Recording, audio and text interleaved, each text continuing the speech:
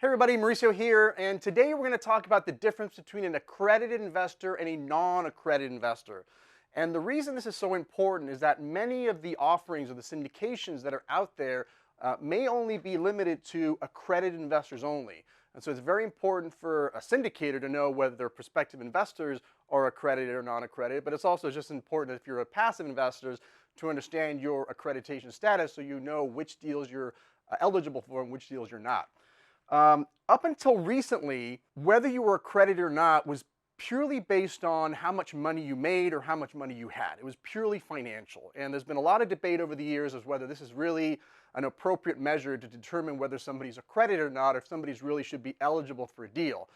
We all know many people who have more money than God, and they're the dumbest people in the room, right? We all know those people. And then there's also a lot of people that don't have a lot of means, but they're super smart and certainly sophisticated enough to invest in a particular deal. So there's always been this debate as to whether financial should be the primary reason to determine whether somebody's going to be eligible or not. So up until recently, an accredited investor was somebody who had $1 million in net worth, excluding their primary residence. And I think that was a direct result from all the Californians who, with the property prices back in 2005, 2006, I think every single Californian was an accredited investor. And so at some point in that time frame, the SEC cut that out. So it's $1 million of net worth excluding your primary residence, or on the income side, if you have earned $200,000 the last 2 years with a reasonable expectation of earning that much or more in the present year.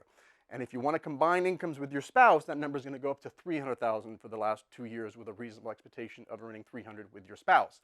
Now, the good news is the SEC finally, after years and years of debate, have come to in my opinion, the realization that maybe the financial is not the sole measurement of what an accredited investor should be. And so late last year, in 2020, they came out with an update to their accreditation rules, and they said, look, we're going to create some certification programs. We're going to create courses, classroom, whatever you want to call it, that somebody can go take a course and take an exam, and then if they pass the exam and score whatever score they're going to score, then they would become an accredited investor.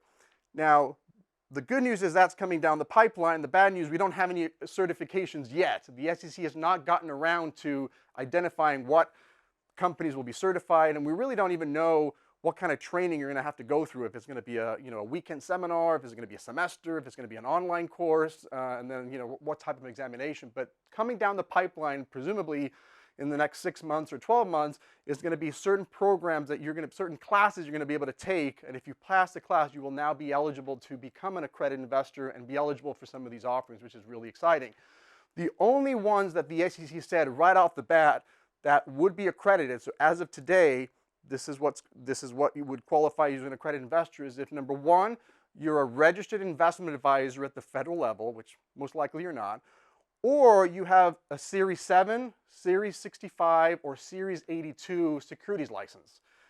So either you have those already and you're therefore an accredited investor now, even though you may not have the net worth or the income, or if you're a non-accredited investor right now, but you want to be, one of the things you can do is you can run out and go get yourself probably a Series 65. That's probably the easiest one to get. But if you go get yourself a Series 7, Series 65 license, which is just study for an exam, pass the exam, and then register with your specific state under that licensing, well, then you're also going to be now an accredited investor, and that's going to open up your world in terms of offerings that you're going to be able to do. So it's exciting to see what's going to be coming down the pipeline, and I'm sure as these new rules come out and the new certification programs come out, we'll be back here updating you on what that looks like.